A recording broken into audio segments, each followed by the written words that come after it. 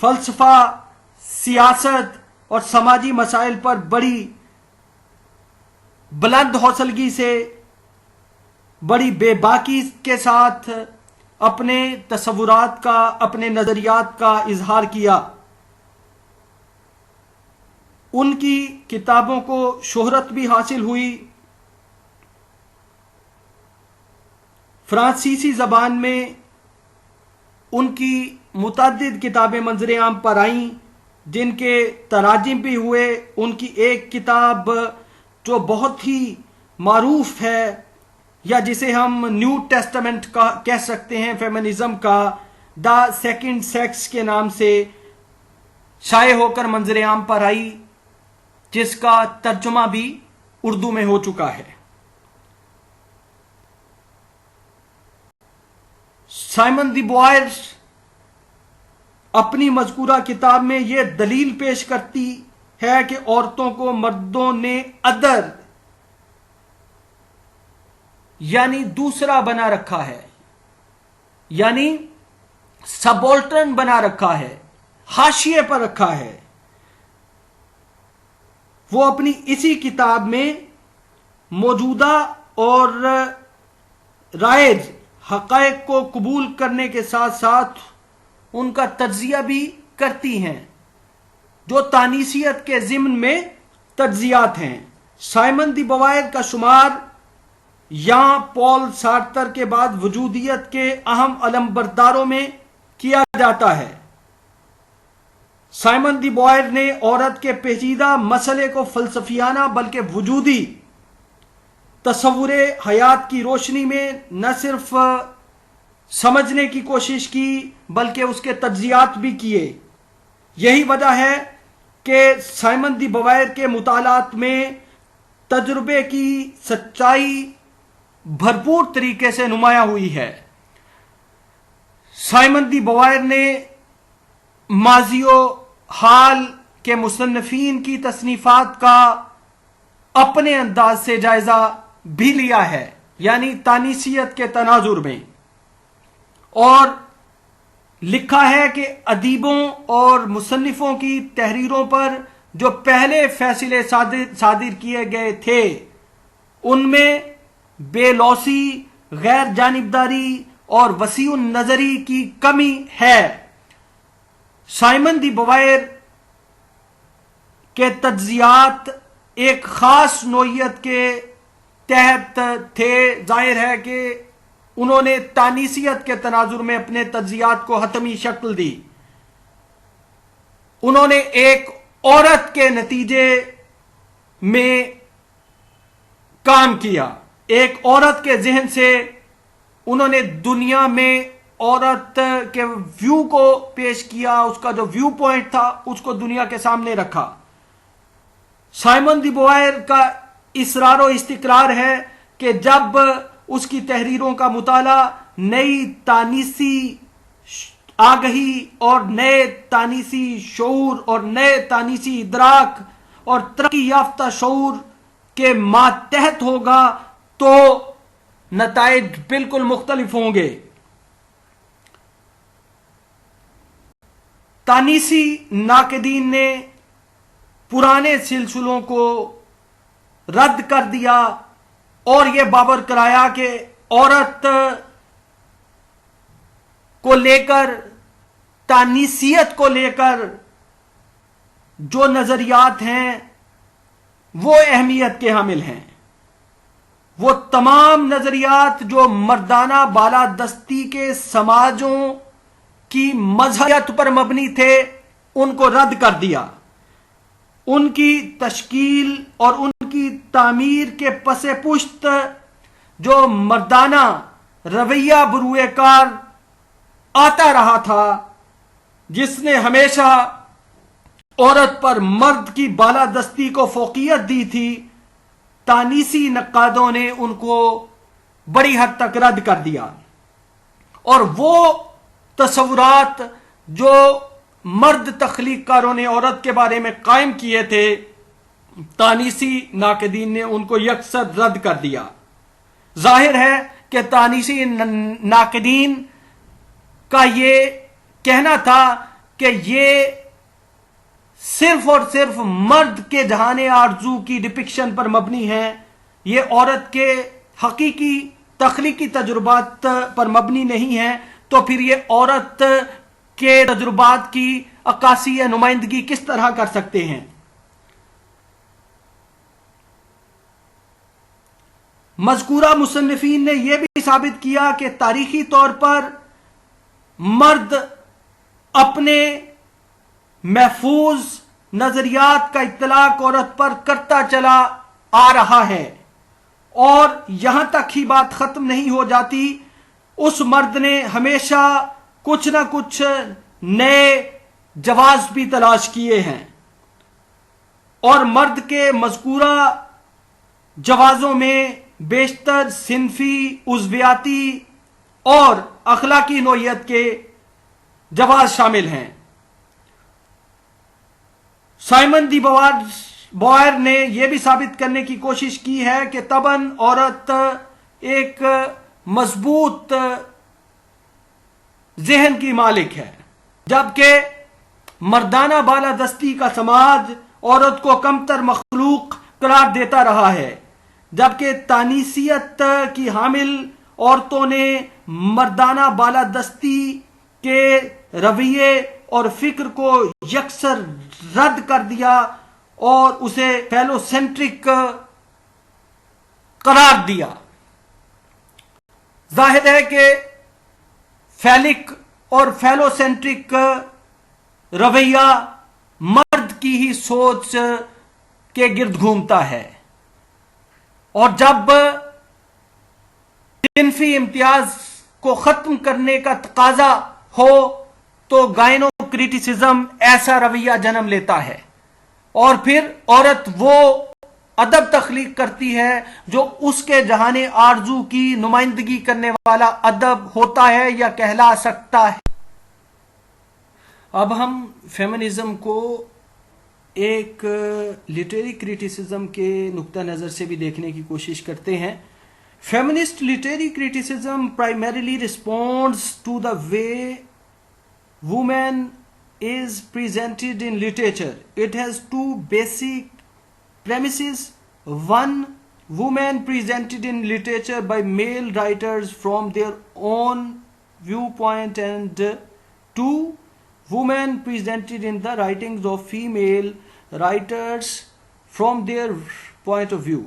The first premise gives rise to a kind of feminist criticism known as phallocentrism, and the second premise leads us to another kind of feminist criticism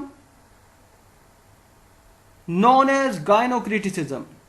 Theoretical foundation of feminist criticism is said to be laid by Simone de Beauvoir's book titled The Second Sex.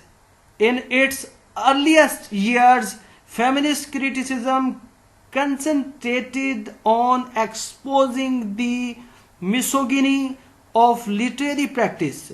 The stereotyped images of women in literature as angels or monsters, the literary abuse or textual harassment of women in classic and popular male literature, and the exclusion of women from literary history, says Alan Shwalter, and rightly so. Three important books that deserve special mention in this regard are: number one, Catherine M. Rogers' The Troublesome Helpmate, 1966. Second, Mary Ellman's Thinking About Women, 1968.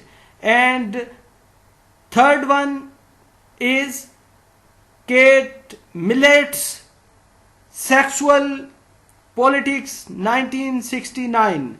These books provided a strong base for the development of Anglo-American feminist criticism. دیکھیے، ہم نے ایک بار پھر یہ جاننے کی کوشش کی کہ 3 کتابیں جو ہیں وہ بہت زیادہ اہمیت کی حامل ہیں. یعنی جب ہم آغاز میں تانیسی ادب کی تنقید کے بنیادی تفاعل پر بات کرتے ہیں تو ہمیں یہ پتہ چلتا ہے کہ عورت کو ادب میں کیسے پیش کیا گیا ہے. یہ دونوں عناصر یا عوامل کا احاطہ کرتی ہے کہ عورت کو ادب میں مرد تخلیق کاروں نے، مرد مصنفین نے کس طرح پیش کیا. ان مرد تخلیق کاروں یا مصنفین کے اپنے نقطہ نظر کے مطابق، اپنے ویو پوائنٹ کے مطابق، اور عورت کو خواتین مصنفین نے اپنے پوائنٹ آف ویو کے مطابق کس طرح ادب میں پیش کیا، یا کس طرح عورت کو ادب کا موضوع بنانے کی سعی کی گئی. پہلا عنصر اس بات کا احاطہ کرتا ہے کہ تانیسی تنقید فیلوسینٹرزم کے ضمن میں جانے، اور دوسرا عنصر رہنمائی کرتا ہے ایک دوسری طرح سے تانیسی تنقید کے بارے میں کہ تانیسی تنقید ادب کا احاطہ کرتی ہے یا ادب کے بارے میں جانتی ہے یا ادب کا تجزیہ کرتی ہے. گائنو کریٹیسزم کے حوالے سے تانیسی تنقید کو نظریاتی بنیاد بہرحال سائمن دی بوائر نے اپنی کتاب دی سیکنڈ سیکس کے ذریعے فراہم کی. اس کے ابتدائی برسوں میں تانیسی تنقید عورت کے ساتھ روا رکھی جانے والی نفرت کو بے نقاب بھی کرتی ہے، اور ساتھ ہی ساتھ یہ بھی بتاتی ہے کہ کس طرح ادب میں عورت سے نفرت کا طرز عمل بروئے کار لایا جاتا رہا تھا یا کسی حد تک اب بھی لایا جاتا رہا ہے. ایک طرف تانیسی تحریک عورت اور مرد اور عورت کے درمیان برابری کی آرزو مند ہے، تو دوسری طرف ایسی خواتین نظریہ ساز بھی ہیں جو عورت کی زبان کو مرد کی زبان سے الگ نوعیت کی حامل قرار دیتی ہیں. ظاہر ہے کہ یہ بات تخلیقی حوالے سے ہے. فرانسیسی مصنف جولیا کرسٹیوا نے خواتین کے ادب کو تانیسی ادب کے نام سے پکارا ہے. جولیا کرسٹیوا کی نظر میں تانیسی ادب ایک ایسا ادب ہوتا ہے جو اپنے نظام متخیلہ کے اعتبار سے، جو اپنے جذبات و احساسات کے سسٹم کے اعتبار سے، جو اپنی لینگویج کے اعتبار سے، جو اپنے اسلوبیاتی دروبست کے اعتبار سے مردوں سے مختلف ہوتا ہے. ظاہر ہے کہ اس طرح کا ادب جولیا کرسٹیوا جس کے بارے میں بات کرتی ہیں یا کرتی ہے، وہ ادب وہ عورت کا اپنا تخلیق کردہ ادب ہوتا ہے جو مرد تخلیق کاروں یا مصنفین کے ادب سے مختلف نوعیت کا حامل ہوتا ہے، لیکن اس کے نزدیک یہ تفریق حیاتیاتی جبریت کا نتیجہ نہیں ہے.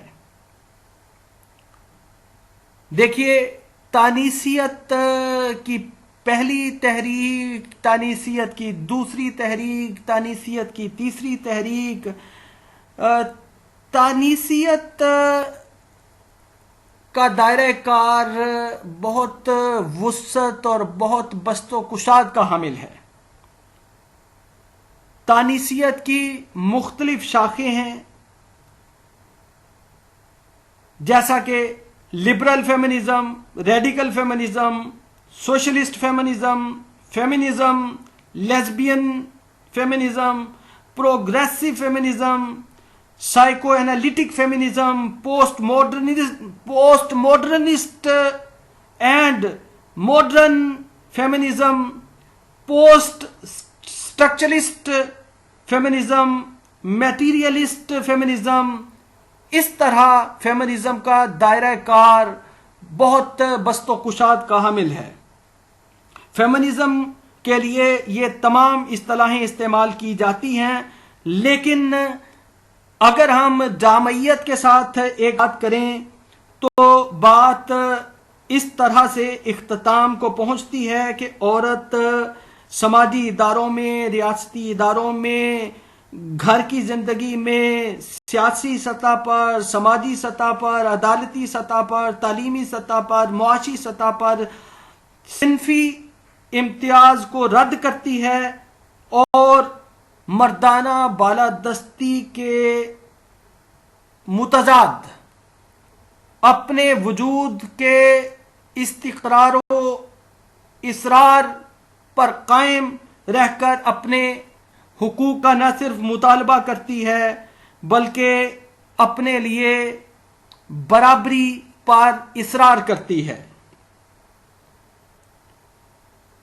دیکھیے، مختلف خطوں، مختلف ملکوں میں مختلف آئیڈیالوجیز، ظاہر ہے کہ اس میں کلچرل ایلیمنٹس شامل ہو جاتے ہیں، جس کی وجہ سے تانیثیت کے دائرہ کار میں فرق آ جاتا ہے، جس میں مختلف ایلیمنٹس ہیں جن کی تفصیل میں جانے کی طرف اگر اشارہ کر دیا جائے تو زیادہ بہتر ہے۔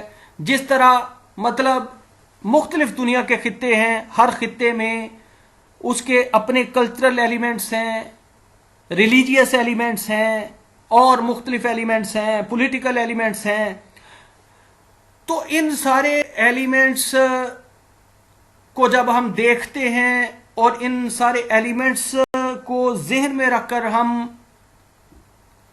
ایک نتیجہ اخذ کرنے کی کوشش کرتے ہیں تو ہمیں پتہ چلتا ہے کہ فیمنزم کا دائرہ کار ہر جگہ مختلف ہے، اور ظاہر ہے کہ ہر جگہ، ہر خطے، ہر ملک کی مقامی سچویشنز کے مطابق فیمنزم کا دائرہ کار کہیں جو ہے وہ بہت زیادہ اپنے نظریات پر نہ صرف توجہ دیتا ہے، زور دیتا ہے، کہیں جو ہے اس میں کم سطح پر کام ہوتا ہے، کہیں زیادہ سطح پر اور زیادہ شدت کے ساتھ کام ہوتا ہے۔ جب ہم اردو ادب کے سلسلے میں بات کرتے ہیں تو آج 2020 میں ہمیں ان کتابوں کے بارے میں پتہ چلتا ہے جو نثر میں بھی لکھی گئی ہیں، جو شاعری میں بھی لکھی گئی ہیں۔